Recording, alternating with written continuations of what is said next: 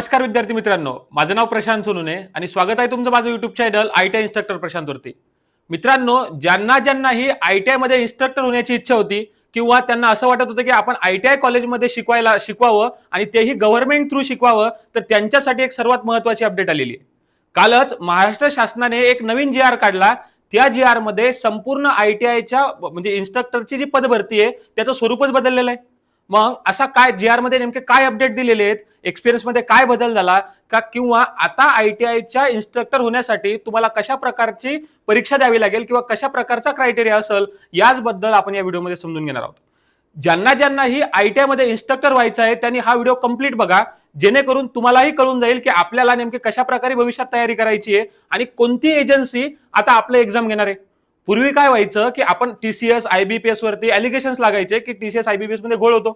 मग त्यामुळं महाराष्ट्रामध्ये सर्वात जास्त ट्रस्टेड असणारी एजन्सी म्हणजे आपण म्हणतो महाराष्ट्र लोकसेवा आयोग, ज्याला आपण एमपीएससी म्हणतो. आता ह्या सगळ्या पदभरती कशाद्वारे होणार आहेत? एमपीएससी द्वारे होणार आहेत.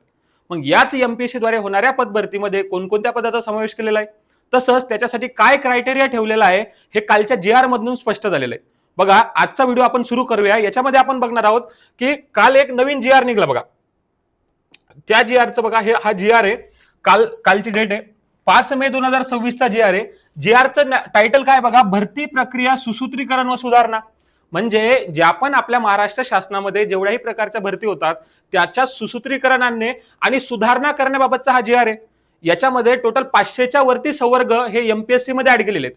आता एवढ्या संवर्गाशी आपल्याला घेणं देणं नाही, पण नेमका आपल्या जो कौशल्य विकास विभाग आहे किंवा जो आयटीआय इन्स्ट्रक्टरचे पद आहे त्याच्या बाबतीत काय अपडेट झालेले ते आपण बघूयात.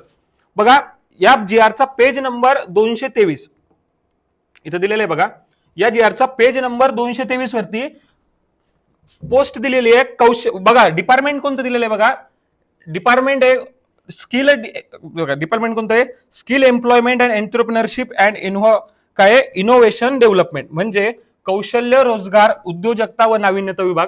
याच्यामध्ये शिल्प निदेशक पद, कोणतं शिल्प निदेशक किंवा त्याला आपण ट्रेड इन्स्ट्रक्टर किंवा क्राफ्ट इन्स्ट्रक्टर म्हणतो, या पदासाठी त्यांनी काय केलंय, पहिले विद्यमान किंवा आत्ताचे नियम काय आहेत आणि यांनी काय अपडेट केलेलं या स्लाइड मध्ये दिलेलं आहे. बघा, सुरुवातीला काय व्हायचं, ज्यावेळेस तुम्हाला आयटीआय म्हणजे आयटीआयच्या आणि सीआयटीएसच्या विद्यार्थ्यांना जवळपास 3 ते 4 वर्षाचा एक्सपिरियन्स लागायचा. जर तुमचा आयटीआय असेल तर काय असेल, तर आयटीआय प्लस सीआयटीएस असेल तर तुम्हाला किती वर्षाचा? 3 वर्षाचा एक्सपिरियन्स लागायचा. जर तुमचा डिप्लोमा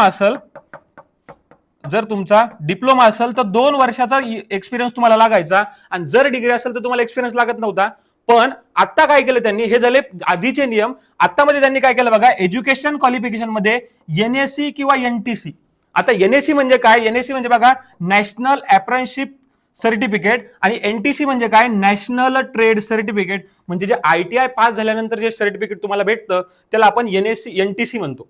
मग ज्या मुलांचा सरळ सरळ आयटीआय झालेला आहे प्लस काय सीआयटीएस ज्यांनी कंप्लीट केलेलं आहे ते, किंवा ज्यांचं डिप्लोमा झालेलं आहे, बघा ज्यांचं काय झालेलं आहे, डिप्लोमा झालेलं आहे, किंवा ज्यांचं काय झालंय, डिग्री झालेली आहे, डिग्री किंवा आपण बीई किंवा बीटेक म्हणू त्याला, म्हणजे रिलिव्हंट ट्रेडमध्ये किंवा रिलिव्हंट फील्डमध्ये जर का तुमचं आयटीआय डिप्लोमा किंवा बीई झालेलं आहे एक.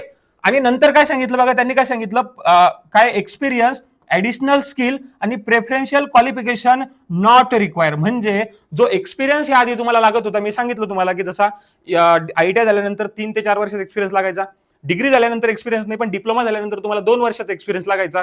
हे सर्वच्या सर्व त्यांनी काय केलंय, बदललेलं आहे आणि त्या ठिकाणी तुम्हाला आता एक्सपिरियन्सची गरज पडणार नाही.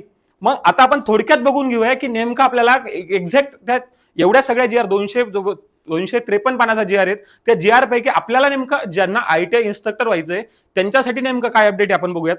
बघा, सर्वात महत्वाचा की नेमका बदल काय झाला, तर बदल बघा काय बदल झाला, एक्सपिरियन्स रिक्वायरमेंट काय झालं, पूर्णपणे काढलेली आहे.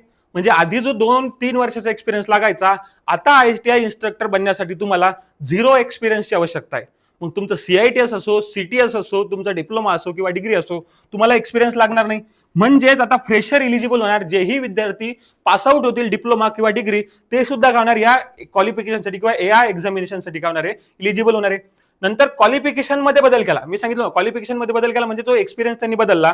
आणि नंतर बघा, आयटीआय इन्स्ट्रक्टरची एक्झाम आता कोण घेणार आहे, एमपीएससी घेणार आहे. म्हणजे मी तुम्हाला आताच सांगितलं की जे जुने TCS IBPS व्हायचे त्यांना सोडून आता जो महाराष्ट्र लोकसेवा आयोग आहे, जे आधी आपल्या महाराष्ट्रामध्ये क्लास 1 क्लास 2 अधिकारीची जे निवड जी एक एजन्सी करते, म्हणजे महाराष्ट्राची सर्वात ट्रस्टेड एजन्सी ज्याला आपण MPSC म्हणतो, महाराष्ट्र लोकसेवा आयोग, आता तीच काय करणार आहे, ITI इन्स्ट्रक्टरची एक्झाम घेणार आहे. मग आता बघा, नवीन पात्रता मी सांगितलं, खालीलपैकी कोणताही पात्र असलेला उमेदवार याच्यासाठी पात्र राहणार. मग म्हणजे काय बघा, आता ITI म्हणजे NSC किंवा NTC प्लस CITS. आता ITIच्या विद्यार्थ्यांसाठी एक आहे की ITI प्लस CITS करणं तुम्हाला गरजेचं असेल तरच तुम्ही याच्यासाठी इलिजिबल आहे. एक्सपिरियन्सची गरज नाही, पण CITS एक क्वालिफिकेशन आहे, क्राफ्टमन इन्स्ट्रक्टर ट्रेनिंग स्कीम, याच्या अंतर्गत तुम्ही 1 वर्षाची ट्रेनिंग घेतलेली पाहिजे. जर तुमच्याकडे ITI प्लस CITS सर्टिफिकेट असेल तर तुम्ही ITI इन्स्ट्रक्टर या पदासाठी इलिजिबल आहात.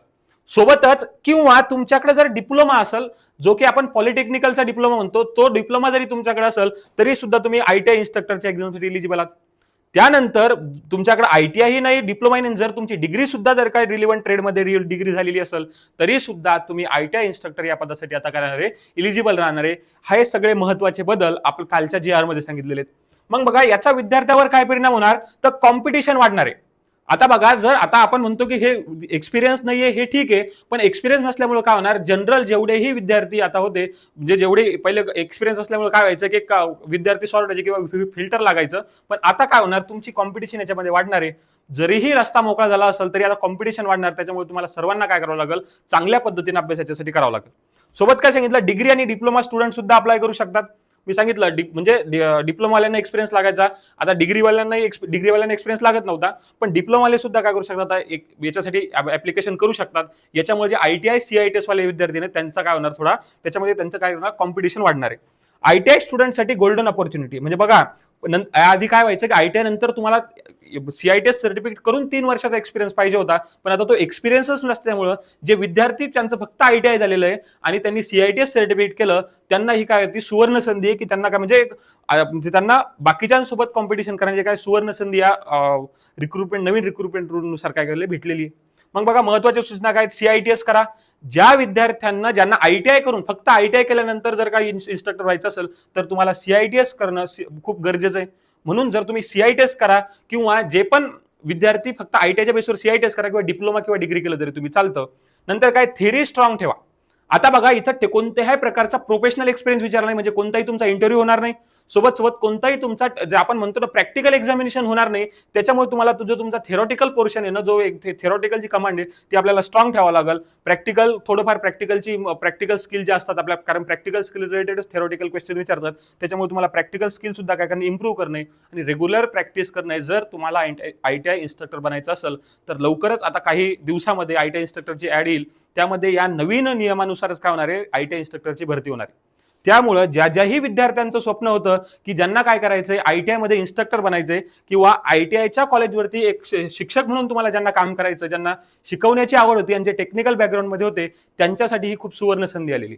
बघा, आजच्या व्हिडिओमध्ये आपण हे सगळं अपडेट बघितले की ITI मध्ये नेमकं म्हणजे ITI इन्स्ट्रक्टरची नेमकी एक्झॅक्ट शैक्षणिक पात्रतेमध्ये नेमका काय बदल झालेला आहे, हे सगळं आजच्या व्हिडिओमध्ये आपण डिस्कस केलं. हा व्हिडिओ जर का तुम्हाला आवडला असेल तर व्हिडिओला लाईक करा. अशाच प्रकारच्या ITI रिलेटेड किंवा इलेक्ट्रिकल रिलेटेड अपडेटसाठी माझं चॅनल ITI इन्स्ट्रक्टर प्रशांत या युट्यूब चॅनलला फॉलो करून ठेवा. इंस्टाग्रामवरती मला फॉलो करून ठेवा, युट्यूबला सबस्क्राईब करून ठेवा. हा व्हिडिओ आवडला असेल तर व्हिडिओ लाईक करा आणि हा व्हिडिओ नक्की शेअर करा तुमच्या अशा मित्रांना ज्यांनाही ITI नंतर काय म्हणतात, ITI इन्स्ट्रक्टर होण्याची काय इच्छा आहे. धन्यवाद.